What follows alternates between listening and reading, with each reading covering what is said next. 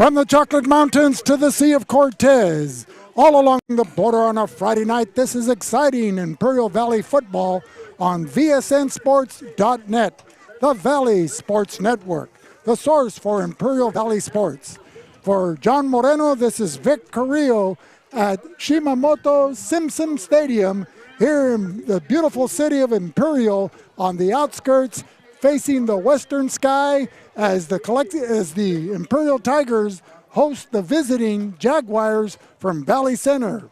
Tonight it's the battle of the big cats as both teams have felines for their mascots. The Jaguars representing Valley Center just north of Escondido, in between Escondido and Fallbrook, and the Imperial Tigers. Ladies and gentlemen, it gives me great pleasure to welcome the voice of choice, the real deal, the Master Blaster, your friend and mine, Johnny Mo, John Moreno Brown. Well, Vic, it's good to be here again at Imperial High School in the friendly confines.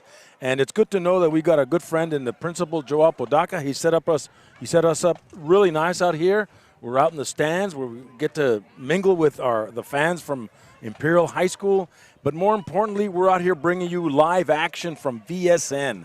And VSN is grateful for all the sponsors that have made this broadcast possible. Tonight, a San Diego team coming into Imperial Valley, not only battling the Tigers, but battling this warm humidity. Well, John, a cool breeze has come up, and so the temperatures dropped at least 10 degrees from a balmy or sultry 111 at 4 o'clock this afternoon. I would say it's either in the low hundreds or the high 90s. Cool for us desert rats here in the Imperial Valley, but it still may be too hot for the Jaguars to handle. So the temperature and humidity could be a factor as the game plays on. Let's talk about Valley Center. Now, I recall Valley Center back in 2004 went to the Qualcomm Stadium to take on the Brawley Wildcats for that CIF San Diego section final. Is that coach still around at Valley Center? That coach is still around, John. What a great memory. His name is Rob Gilster. I had the pleasure of meeting him down during the pregame warm-ups. He was born in 1961, so he's a contemporary of yours. Okay. He's a year younger than you, but a boomer, I believe. Married his wife, Robin, for 40 years, 4 kids, Paul, 33, Daniel, 31, Lauren, 27, and Jared, 25. And he's the proud grandfather of 3 beautiful grandchildren. He graduated from Escondido High School in 1979, where he played on the offensive line. He parlayed that athleticism to continue playing college in the junior college ranks at Palomar Junior College for the second year after he started out at USIU, United States International University, when they used to field the football team, and later Oregon. He then followed up his junior and senior year playing at San Diego State and graduating in 1984 and earning his master's from Point Loma University in 1993. His coaching career, though, began in 1984, where he coached the offensive line at Palomar JC after graduating from San Diego State.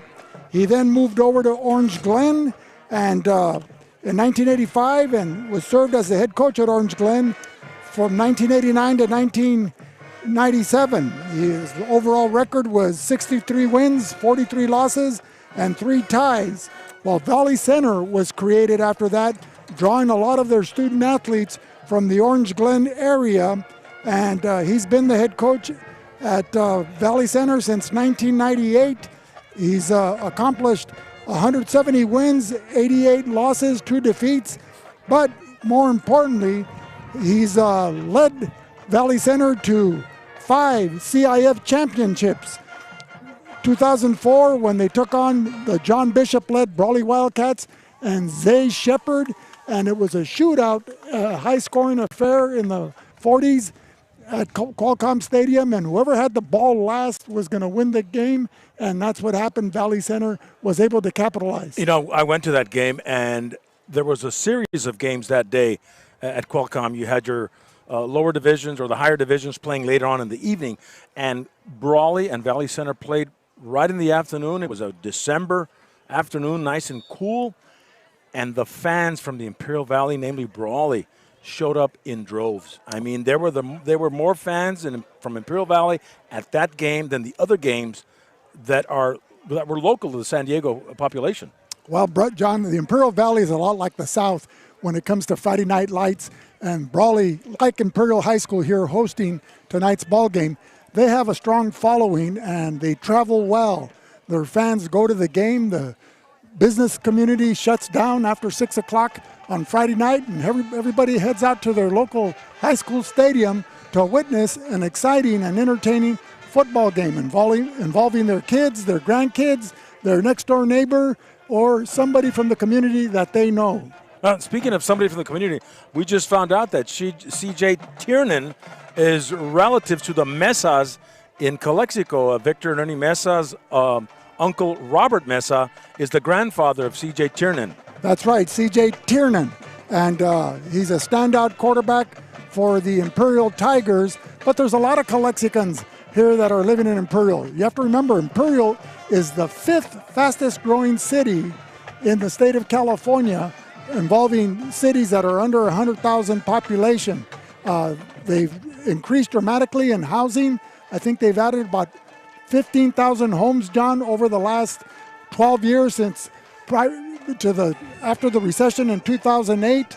And hopefully the commercial aspect will catch up to the housing aspect, but all the homes are beautiful, and it's contributed significantly to the enrollment of the Imperial Tigers. Yeah, we'll be back with more in a minute on VSN, the Valley Sports Network.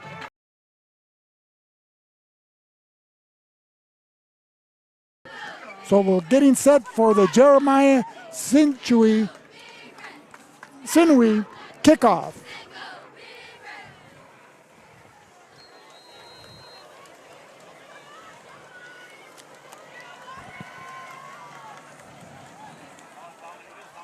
It'll go in the direction of Dominic Suarez, but he'll let it go into the end zone. And the Tigers will get the ball at the 20. Shotgun snap. Oh, and meet him right there behind the line of scrimmage is the Jaguar defense. So no gain, in fact, a loss of a couple for the Tigers. That was number 15 again, John, Tyler Hakes, as he just blasted his way over the center of Joe Apodaca Jr., Jose Apodaca, and made the tackle in the Tiger backfield, a loss of about a yard, maybe a yard and a half, but the ball is just shy of midfield as they're faced with a 4th down. 3rd and 13 here in the first quarter. I think they call that smash mouth football. There you go, dropping back. Paxton looking deep to the left side. A man is open, caught! 1st and 10 for the Valley Center Jaguars as the pass caught by Number 7. That is Kevin Garcia running a streak pattern in front of the visiting bench. Will take it to the 21st and 10. Move those chains for Valley Center. Well, he was split out to the far side in front of the Valley Center bench and ran a fly pattern, a streak pattern, or if you're playing on the streets, John, or at the park, they say the bomb. The bomb. Anyway, a beautifully placed pass by Colton Paxton. So this will be a good barometer for the Imperial Tigers to see where they're at here in the early season. Paxton fumbles the football, but Sinui will fall on it, and they'll retain possession, but they'll lose a few yards there. And so Paxton rolling out this way, feels pressure, fumbles. Does he fumble the football? It's picked up by number 23, Naylor. Naylor at the 45 and brought down. A big turn of events for the Imperial Tigers as the fumble by Colton Paxton picked up by Jeremiah Naylor for Imperial takes it down the field to the 40-yard line. Top 100 players in San Diego County that are on the roster of the Jaguars. Bender will hand it off again. And this time coming this way, all the way down the near sideline, is number 32. Sinui will take it into the end zone. Touchdown, Valley Center. From the 27-yard line, 63 yards, he scampered off the left side behind the blocking of Ernesto Gallegos and Braden Stansel. And once he got to the outside, John, he put on the afterburners, and it was a foot race from the last 50 yards, and he had a couple of steps on the secondary of the Imperial Tigers. And at 11:17 here in the second quarter, Valley Center draws first blood, taking an early 6-0 lead. Valley Center showing blitz. Naylor breaks away, but still brought down behind the line of scrimmage, losing 3 yards. That was Malachi Takbian, 185 pounds, 5'11 in height, there to make the stop as he penetrated through the offensive line of the Tigers to make that tackle. Once again, the Tigers faced with a 4th and 10. Tiernan, again, shotgun. Quick pass, left side, it's caught. Alejandro Perez will get a first down and about a yard, so it'll be spotted right at the 40, Vic, for a first and 10. Move those chains. Jeremiah Naylor in the backfield. Looking, another quick pass. A man is open, caught in the left flat and still on his feet, coming inside. And that looks like Dominic Suarez on the far side, but wait a minute. Did he cough up the football? Apparently not, so it's a first down for the Tigers. Dominic Suarez making an outstanding reception. And so that penalty on roughing the kicker gave Imperial this much-needed momentum to get inside it gave the 20 in the red zone. It gave them new life, John, and Lady Mo is on their side. Lady Momentum.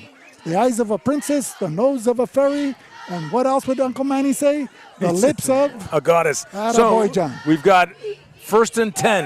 CJ. You paid attention to your lessons. Naylor gets hit hard, and they're keying on him on that defensive side of the line. Well, Naylor got nailed on that play there by number 4, Jamal Solis. We're looking at a 37-yard field goal. That's number. And it's low. It's picked up. It's fielded into the hands of number Tyler 15, Hakes. but he fumbles the football. That's number 15, Tyler Hakes.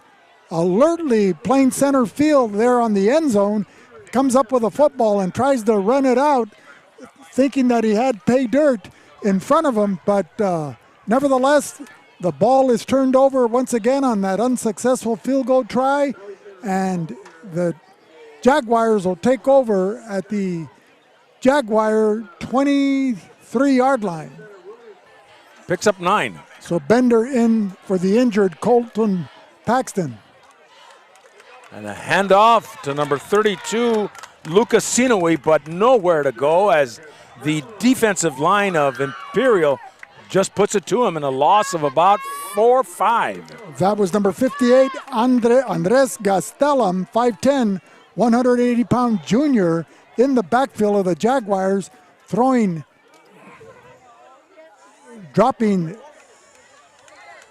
Sinoe for a loss there.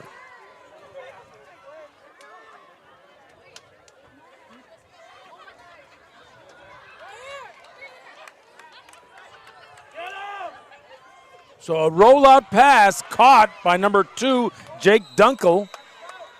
Gets a whole bunch of yardage as they'll move the ball up the field of first and 10 and move those chains for Valley Center. They'll spot it right at the 48. Bender dropping back, looking right side. A man is open, has to come back and pick it. Yes, it does. Number 2, Jake Dunkel will come back, catch the football, get a first and 10 inside the 10-yard line. Bender dropping back, looking left side. Pass is caught. Kevin Garcia in the left part of the end zone. Touchdown, Valley Center.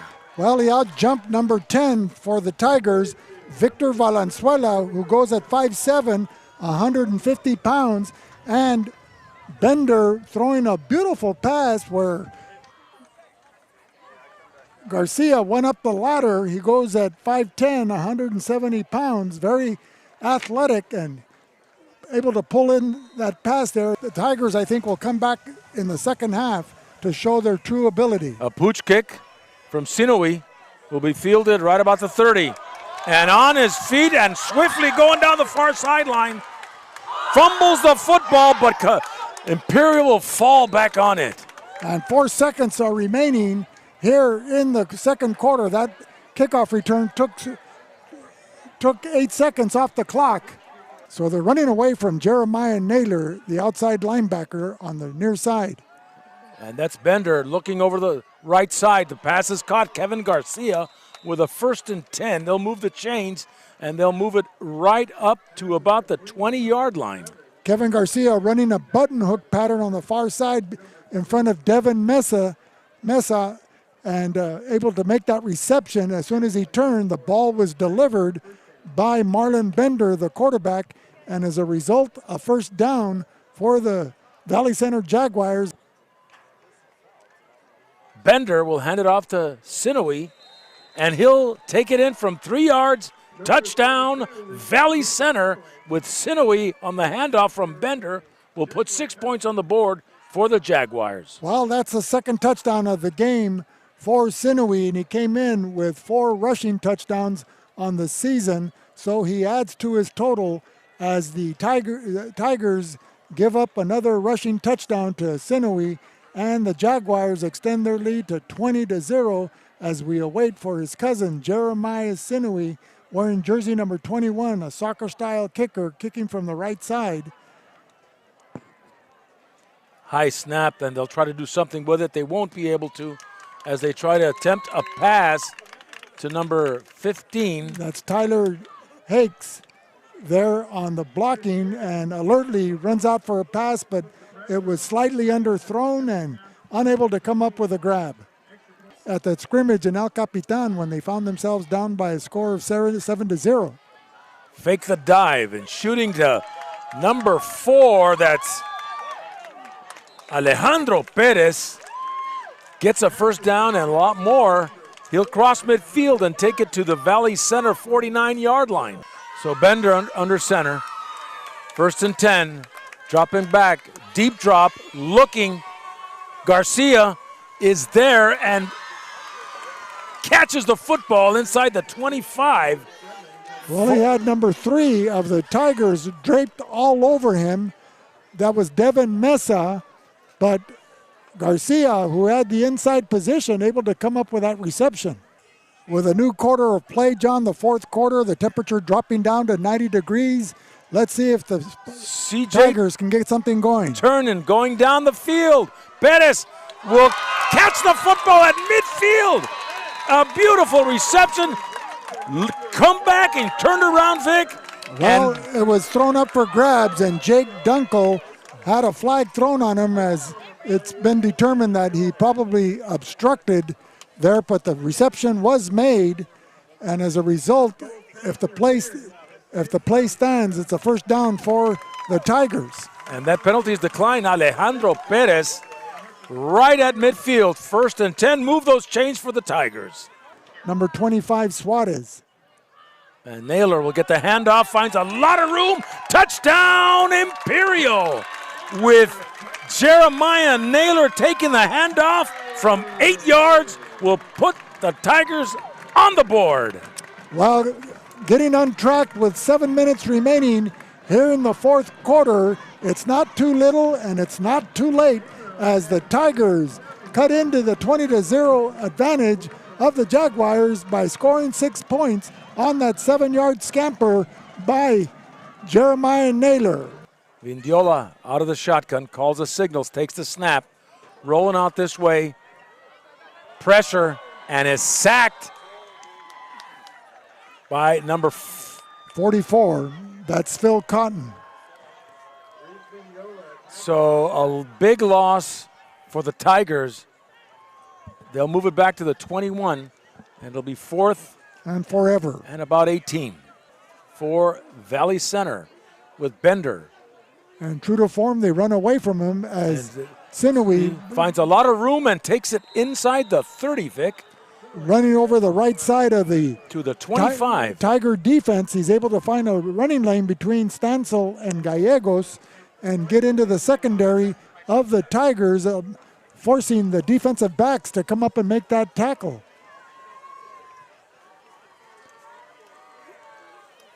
So a 1st down pickup, is that could have been the last play of the ball game, as it's under 10 seconds remaining. And both teams will approached the 50-yard line at midfield for the post-game congratulatory handshake. And that's it. The final clock, or the final horn or buzzard, it's 20-7 in favor of the Valley Center Jaguars over the hosting Imperial Tigers. Well, John, excellent high school football on display tonight between the visiting Jaguars of Valley Center in the North County of San Diego, just shy of Fallbrook, and the hosting Imperial Tigers. So the Tigers drop a tough 20-7 decision to Valley Center. Brawley was defeated by Valley Center 17-7. So if they wanted to use it as a measurement of where they're at from the first game of the season to the fourth game of the season, it'll be decided on the gridiron when Imperial and Brawley meet. And that's a good gauge, because Valley Center is a powerhouse up in North County in the Valley League that you mentioned earlier. And Imperial played a great game tonight. They were just short there on the scoreboard. So, you got to hand it out. You got to, hats off to them for playing a good game. They just lost it with a couple of turnovers that could have been a difference. But you're right, John. Some of the highlights for the visiting Jaguars was the play of linebacker Tyler Hakes along with Malachi Takbian. And on offense, before he got hurt, it was Colton Paxton, the quarterback, and the running of Lucas Sinui.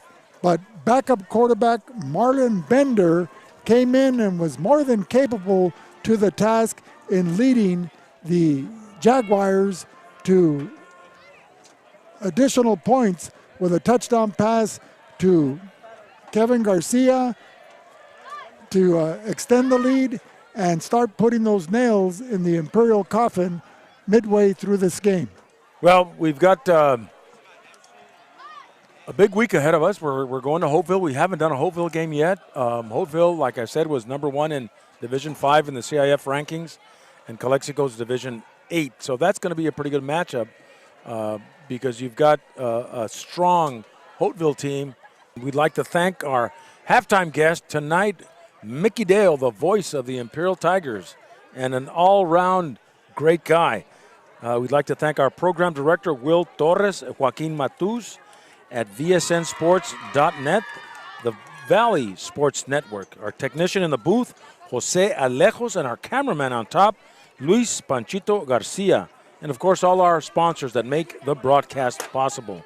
So, ladies and gentlemen, join us next week from the Chocolate Mountains to the Sea of Cortez, all along the border on a Friday night when VSN, the Valley Sports Network, will travel to Hopeville for the Hopeville-Calexico game.